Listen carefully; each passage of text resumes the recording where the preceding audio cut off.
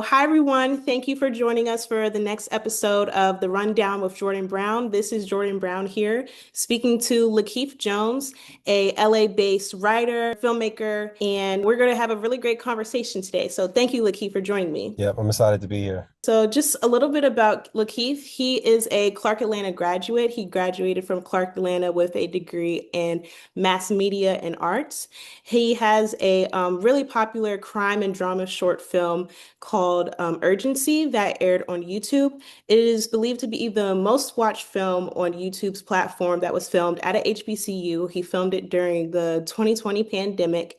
And we're also going to talk about the upcoming short film that he has called Scammers. We're going to get into that and all of the process that has gone into that film. So, LeKeith, I wanted to get started by asking you, what was your first introduction into filmmaking?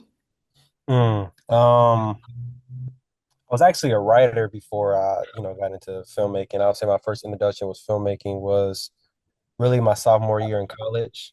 Well, technically it was like my freshman, sophomore year. We had to do this class project where basically we had to film something and it was only like a minute. It was like a short film. And like I was just fascinated with what we made that day. And I was like, oh, this is something that piques my interest. But before that, I was just always into writing. I've been writing really since like middle school. Because like it's like story is like king to me. That's one thing that like comes first is just stories. I would just sit up and write like all like in middle school, like in a whole bunch of classes. Like a lot of my favorite TV shows, I used to really like teen dramas, like the white ones that used to come on like the CW, like One Tree Hill, 90210, like Degrassi and stuff like that. And I used to write what they call in Hollywood spec episodes. I didn't know it was spec episodes at the time, but it's basically your own version of of the show. So like if they have came to me and said, "Hey, create us like an episode for the show," like I would make my own version. That's what spec episodes are. So that's what got me into writing. I mean, I've been kind of writing like since then. Okay, cool. And I was right there with you, like Degrassi, One Tree Hill. Those are probably like two of my top favorite shows. So Sea Hill created some bangers for sure. Yeah. Fire.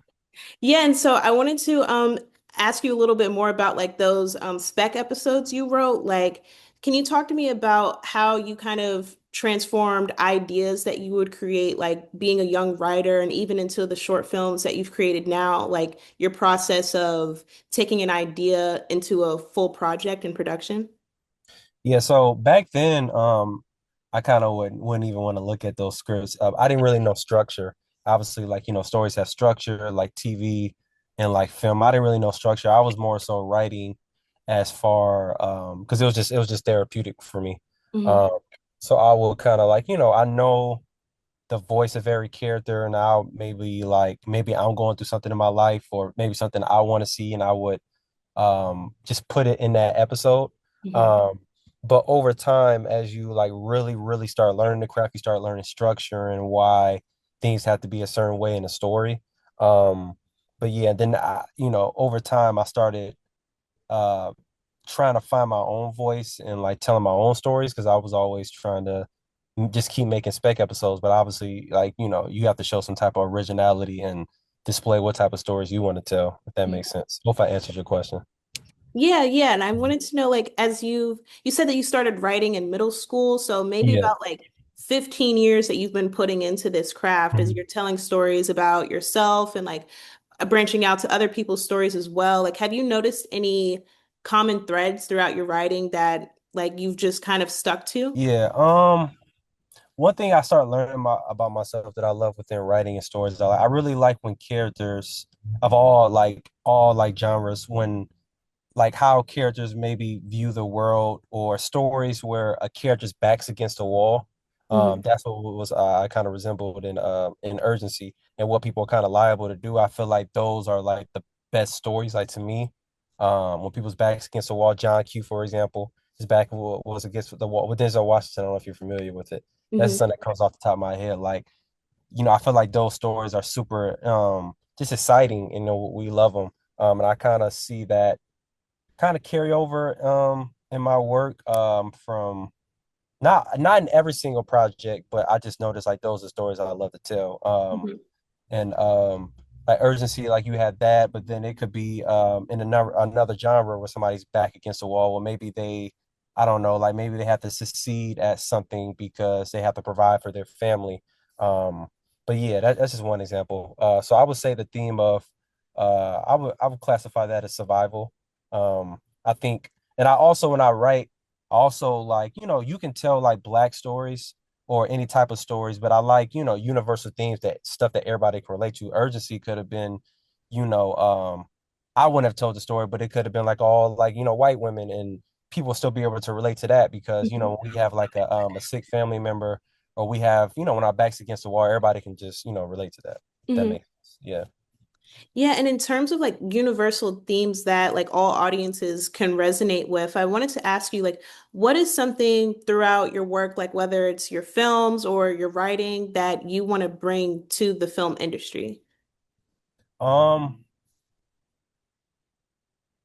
I would just say, like just more originality, like risk, and just like, black culture. Mhm. I want to say like, just black culture, but culture. I feel like and I don't, and people always like kind of not, they don't ask the question that you asked, but like, like what's wrong with the industry?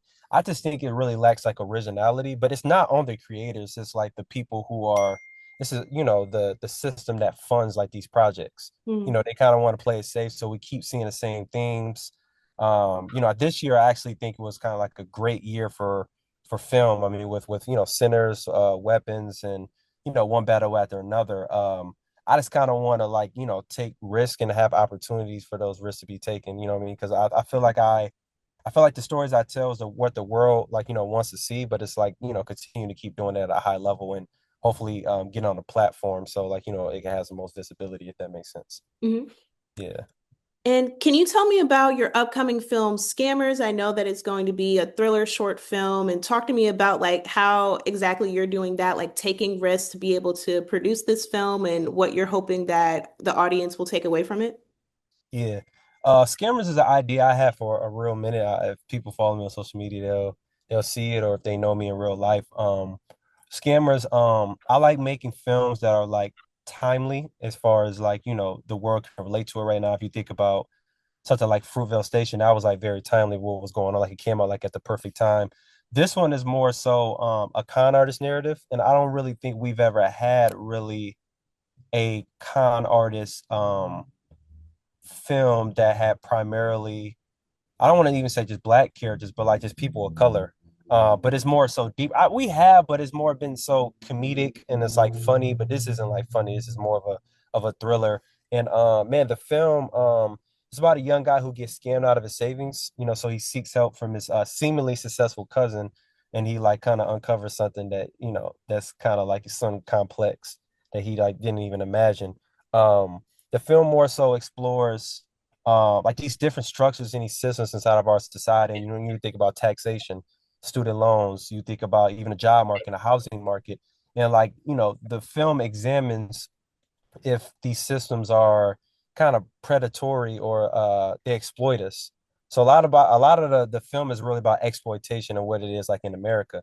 I feel like I feel like our country is very I feel like, as far as black people, like they exploit black people because we're at the kind of the bottom of the system, but I feel like they exploit like everybody. You know Mhm. what I mean? Jobs like, corporations bring in billions and billions of dollars, but they pay people as little as possible. I mean, just to kind of get their profits, and they don't even have the basic necessity. They can't even pay for the basic necessities in life. You know what I mean? And it's so crazy what's been going on in the world right now, which which I would share on social media. You think about all the layoffs that's going on right now. You think about AI. You think about what else happened? Snap. I mean, it's just like nobody in our country really like cares. It's all about like profit. You know what I mean? So what does that like do to people? Like how are people like right now with them taking away Snap? It's literally like pushing people into criminality. I mean, Mhm. because it's survival. But this film was like a little different because the characters are I feel like Urgency was very gritty. Like like this story isn't really that like gritty. It's just more so complex and more so thought provoking. Because like Urgency was kind of street. This one is not really like street. It's just more so you know characters that are black kind of in spaces that we haven't more so seen that much, like, in tech and stuff like that. So it's pretty deep. I don't want to give a lot of it away because, it's a short film, so yeah, yeah, yeah. Yeah, understandable. I think that you gave like a good gist of what viewers can expect. And I wanted to talk to you about the whole process that goes through it. I know you guys are doing a funding campaign right now to help go towards the production of the film. A lot of the things that we may not see when the film is finished in terms of like buying equipment and costume design, set designs, things like that. So can you talk about like everything that goes into the background process of putting a film together that we may not see once it's on our screens? Yeah, I mean, it's a lot of really hard work. It's a lot of work, like, late nights, what I mean? For Scammers in particular, when I was already writing it, one of my biggest, I don't want to say it was a fear this year, but I was kind of procrastinating doing it. I knew that funds had to be raised for the project because when I was writing it, you know, um, every project I've made before, it was like no budget. You know what I mean? And this year, one of my goals was like, all right, I have to direct something on budget just because, like, I feel like I know too many, like a lot of my collaborators are great. I feel like I put in a good amount of work. Um, and I just wanted to, like, direct on that level.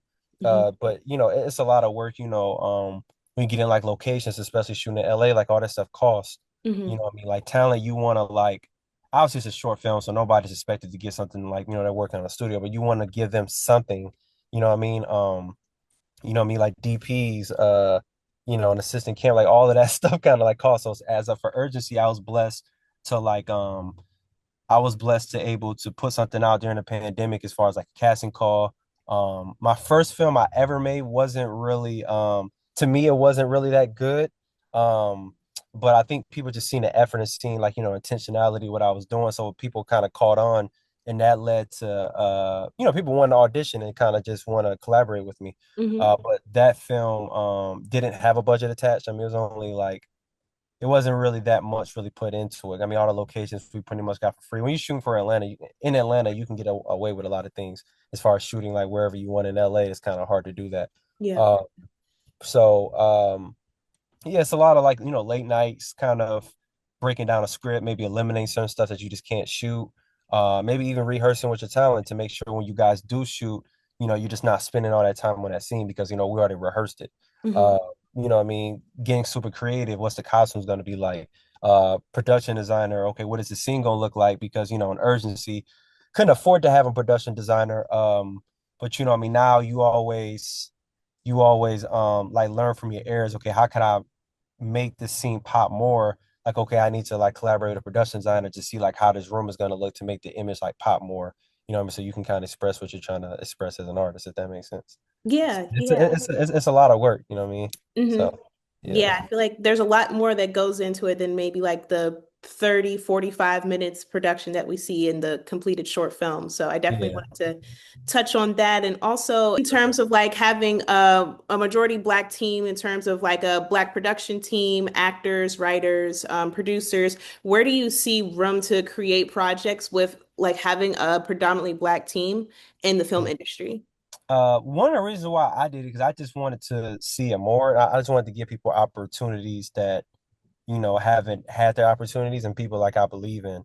Hmm. Uh, you know, especially like, like Black women. Black women has been like some of my big supporters since I started, being a filmmaker. Even just even a crowdfunding campaign, you know what I mean? Like, prayers or like, some like kind of like more so strangers like donating just because like, they love and they're passionate. I mean, they can see the passion in me for the story I'm trying to tell and stuff like that. But Hmm. yeah, I think it's not a lot of us like working inside of the industry. So I always like kind of keep that in mind for when I'm working on projects, giving people opportunities just because like, that short film, like, when you go and create something, even with a budget or whatever, like the opportunities are limitless. You may, that project may lead you to, I don't know, like a big project where you like, really get paid from, or you meet somebody a part of the project that helps you get a job down the line, or you guys have a relationship because the film and TV industry is like, all like a relationship based industry. So you Hmm. kind of want to work with just, like-minded people,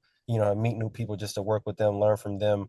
Because you never know, one day you can hire them or they can hire you. So I mean, that was really I was very like, intentional with that, so yeah. Yeah. I think relationships are like a really big part of like navigating any industry, like you said, Yeah. making sure you keep the relationships when you're creating these projects.